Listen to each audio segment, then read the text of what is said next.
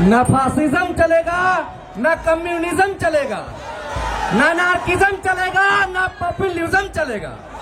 Inclusive humanism चलेगा, inclusive humanism चलेगा। अरे न एक्सट्रीम नेशनलिज्म चलेगा, न कम्युनलिज्म चलेगा, न रिलीजियस फंडामेंटलिज्म चलेगा, न एक्सप्लॉयटेटिव कैपिटलिज्म चलेगा। इंक्लूसिव ह्यूमनिज्म चलेगा, इंक्लूसिव ह्यूमनिज्म चलेगा। न रीजनलिज्म चलेगा, न लिंग्विस्टिक इम्पोजिशन चलेगा, न फेवरेटिज्म चलेगा, न नेपोटिज्म चलेगा। इंक्लूसिव ह्यूमनिज्म चलेगा, इंक्लूसिव ह्यूमनिज्म चलेगा। न अनटचेबिलिटी चलेगा, न कास्टिज्म चलेगा, न पैट्रियार्की चलेगा, न रेसिज्म चलेगा। इंक्लूसिव ह्यूमनिज्म चलेगा, इंक्लूसिव ह्यूमनिज्म चलेगा। अरे भैया न इस्लामोफोबिया चलेगा, न हिंदू फोबिया चलेगा, न हिंदू फोबिया चलेगा, न क्यूअर फोबिया चलेगा, न ह्यूमन फोबिया चलेगा। इंक्लूसिव ह्यूमनिज्म चलेगा, इंक्लूसिव ह्यूमनिज्म चलेगा। न एनिमल किलिंग्स चलेगा, न फॉरेस्ट कटिंग्स चलेगा, इंजुडिशियस नेचर एक्सप्लॉयटेशन चलेगा, न एनवायरमेंटल डिग्रेडेशन चलेगा। इंक्लूसिव ह्यूमनिज्म चलेगा, इंक्लूसिव ह्यूमनिज्म चलेगा। एंड नाउ अब मैं कहना चाहता हूं, क्योंकि मैं कभी हूं और इस बार कभी नहीं, कभी कविता नहीं, क्रांति करने जा रहा है। ओके, नफरत का ड्रम फोड़ो, अरे नफरत का ड्रम फोड़ो और अवसरवाद की डफलियां तोड़ो। नफरत का ड्रम फोड़ो और अवसरवाद की डफलियां तोड़ो और अपना दिल सर्वोत्थान राइज ऑफ ऑल से जोड़ो, राइज ऑफ ऑल से जोड़ो। मेरे जेएनयू प्रेमियों, आपस में प्रेम करो मेरे जेएनयू प्रेमियों। नमस्ते, प्रणाम, नमस्कार, वाई खुराइजाम, सत श्री अकाल, तासी दलेक, वनक्कम, नमस्कारम, खम्मा गणी, अस्सलाम वालेकुम, जुले नमस्कार करतानी, नमस्कार करे छी।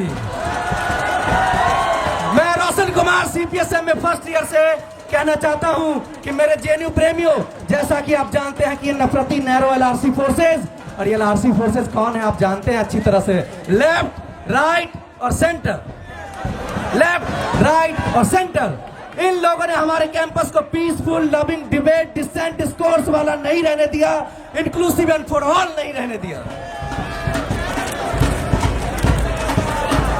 मैं आगे कहना चाहूंगा कि बीते दिनों के हिंसा के अवसर और क्षेत्रवाद की मानसिकता ने जेएनयूआइट्स के सामने इन सारे एलआरसी फोर्सेस को बेनकाब कर दिया है। जिस तरीके से लेफ्ट ने ईसी के इंडिपेंडेंट फैसलों में टांग अड़ाया और जिस तरीके से राइट ने वायलेंस किया और हॉस्टेज बनाया, इन सभी को मैं कंडेम करता हूं। और हाँ, जिस तरीके से आरएसएस के नागपुरिया बीन पर नागिन डांस करने वाली एबीपी पता नहीं क्यों वायलेंस और हेट से वन साइडेड लव करती है, ये इससे बाज नहीं आते हैं, ये इससे बाज नहीं आते हैं। और नेक्स्ट कहना चाहूंगा कि लेफ्टिस्ट में अवसरवाद इतना चरम पर पहुंच गया कि पहली बार जेएनयू की जनता ने एसएलजीबीएम में लोकतंत्र का मसीहा बनने वाली संगठन आइसा और एसएफआई की कलयुगी महाभारत देखा, जिसमें एक भाई दूसरे भाई का जानी दुश्मन बन गया।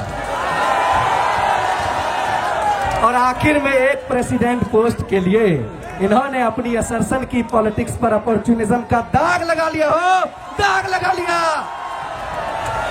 और जो डीएसएफ आयशा को सेक्सुअल हैरेसर कहती थी, आज उनके गोद में जा बैठी है। आखिर क्या मजबूरी है डियर डीएसएफ, आखिर क्या मजबूरी है डियर डीएसएफ। और भैया मेरे प्यारे, एनएसवाई का अगर नाम ना लिया तो बात तो भैया खत्म होती नहीं है। इसी एनएसवाई ने जो खुद को गांधीवादी कहती है, आज क्षेत्रवाद के चक्रव्यूह में इसने अभिमन्यु समान कार्यकर्ता कुणाल भैया, जो कि सतलज के पूर्व प्रेसिडेंट थे, जिन्होंने अपने मेहनत के पैसे से, अपने न जाने कितने खुद के जेब के खर्चे से एनएसवाई को जिंदा किया और एनएसवाई को पूरे कैंपस में बहुत ही ज्यादा उन्होंने फ्लरिश किया, उसके टिकट को काट दिया सिर्फ इस वजह से क्योंकि वो बिहार से था, सिर्फ इस वजह से क्योंकि वो एक पिछड़े जाति से बिलोंग करता था। और ये बापसा आज भी दलितों का शोषण होता है, मासूम बच्चा भूखा पेट सोता है, जातिवाद बनी क्रूर है, गणतंत्र अभी दूर है, गणतंत्र अभी दूर है। और मैं बापसा को कहना चाहता हूं, कहां गया वो आपका मारीच झापी, मारीच झांपी पे जिस तरीके से आप दलितों का किलिंग हुआ, उनको भूखे रखा गया, उनके बोट्स को डुबा दिया गया, उनको किलिंग्स किया गया, उस टाइम तो आपने बड़े बड़े पोस्टर ट्रिपल एस के आगे लगा दिया। लेकिन मेरे बाबू एसएफआई के जो पेरेंट पार्टी सीपीएम है, उससे तुमने सौदा कर लिया। दलित के संघर्ष का अपमान किया है तुमने, दलितों के संघर्ष का अपमान किया है तुमने। और भैया मेरे सीआरजेडी वाले भैया, अरे भैया जो कॉमरेड चंदू आयशा की शान है, उनको शहाबुद्दीन ने मरवाया। और जब मैंने सीआरजेडी के महामहिम अक्षर रंजन से पूछा कि बताइए इस पे आप कंडेम करते हैं कि नहीं अपने पार्टी के शहाबुद्दीन को, तो इन्होंने क्या बोला पता है मुझे? कॉमरेड चंदू भी हमारे नेता हैं और शहाबुद्दीन भी हमारे नेता हैं। इस हिपोक्रेसी को पूरे कैंपस को यह समझना होगा। और भैया समाजवादी छात्र सभा, ये परिवारवादी अखिलेश भैया की तारीफों से चीन की दीवार बना देते हैं और कहते हैं हमें स्पेस से भी अखिलेश भैया ही नजर आते हैं। अरे भैया कभी जेएनयू की बात भी कर लो, कभी जेएनयू की बात भी कर लो, और दिशा की बात कर लेते हैं। दिशा की सुना है नया खून चढ़ा है, तो थोड़ा सा बात कर लेते हैं। अरे दिशाहीन है। इनके सारे तौर तरीके वामपंथियों वाले हैं, पर ये खुद तय नहीं कर पा रहे हैं कि हम हैं कौन। और भैया एआईडीएसओ और बाकी बची ऑर्गेनाइजेशन बरसाती मेढक की तरह चुनावी मौसम में टर करने आ जाते हैं। चलिए बहुत हुआ पार्टीज की सारी और संकीर्ण पॉलिटिक्स की बात। अब हम करेंगे देश विदेश के मुद्दों और कैंपस से जुड़ी बात। और फिर मैं आप सभी के सामने फासिस्ट मैनिफेस्टो नहीं, कम्युनिस्ट मैनिफेस्टो नहीं, ह्यूमनिस्ट मैनिफेस्टो पेश करने वाला हूं। Humanist manifesto.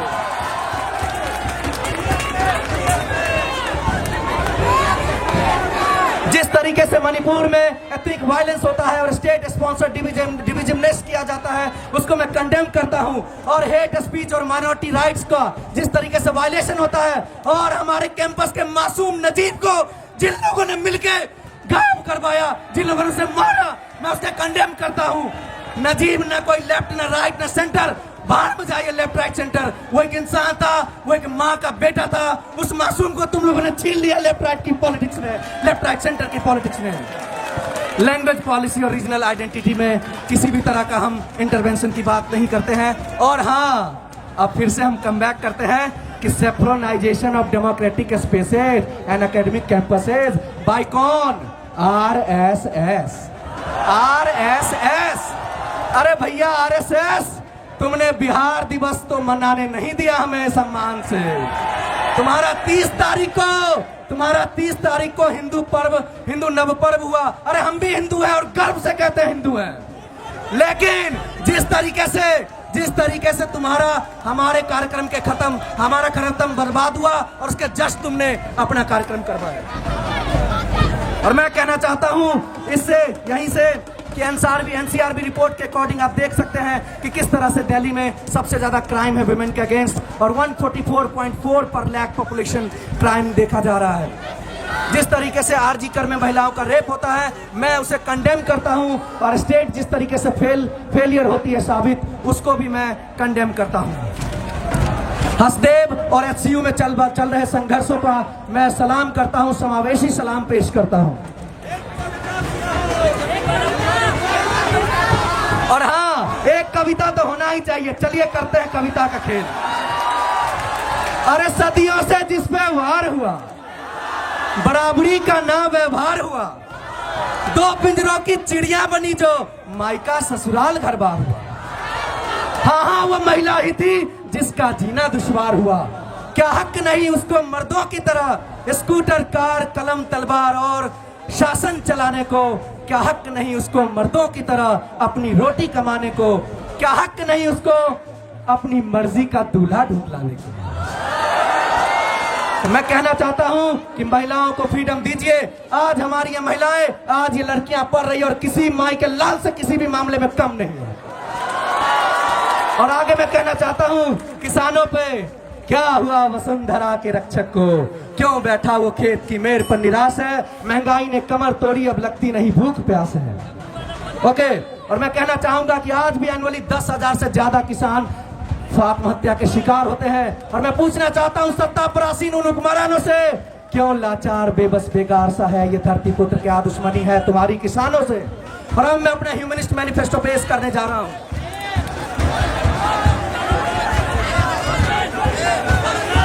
और मेरे ह्यूमनिस्ट मैनिफेस्टो में I will make your dream JNU, campus safety और security, 24/7 dhaba, library, reading rooms.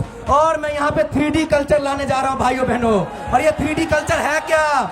Debate, discussion, discourse जम के होगा और डेमोक्रेटिक क्लेम होगा पूरे जेएनयू पे, इंक्लूडिंग फ्रीडम स्क्वाड। और स्मूथ इंटरनेट फैसिलिटी मिलेगी आप सभी को। और डेमोक्रेटिक हाईजेक जो आरएसएस जैसी संस्थाएं करती हैं उनको हम जेएनयू के कैंपस से उखाड़ फेंकेंगे। और एमसीएम हम 4500 तक करेंगे फर्स्ट फेज में, और बाकी और भी आगे बढ़ेंगे ये। और पीडब्ल्यू स्टूडेंट्स के साथ जिस तरीके से कावेरी में अपमान किया गया, पेरियार में अपमान किया गया, पीडब्ल्यू स्टूडेंट्स के साथ जिस तरीके से सैटरडे और संडे को रीडिंग रूम से उनके लिए लिफ्ट नहीं खुलता है, उनके लिए भी मैं कंडेम करता हूं इस तरह की शासन व्यवस्था को। और ये नॉर्थ ईस्ट स्टूडेंट्स के साथ जो दगा किया गया है, एमओयू में साइन हुआ था कि बराक हॉस्टल में उनको 75% का रिजर्वेशन मिलेगा, लेकिन भैया वो कहाँ गया रिजर्वेशन?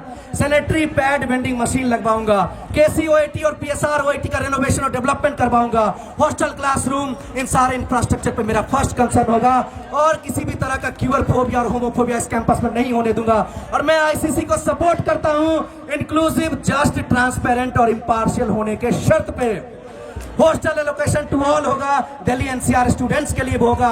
और मेरा कैंपेन होगा no dormitories at all, no dormitories at all. तो एक कवि का समावेशी मानववाद जिंदाबाद, वाइड सैल्यूट टू ऑल।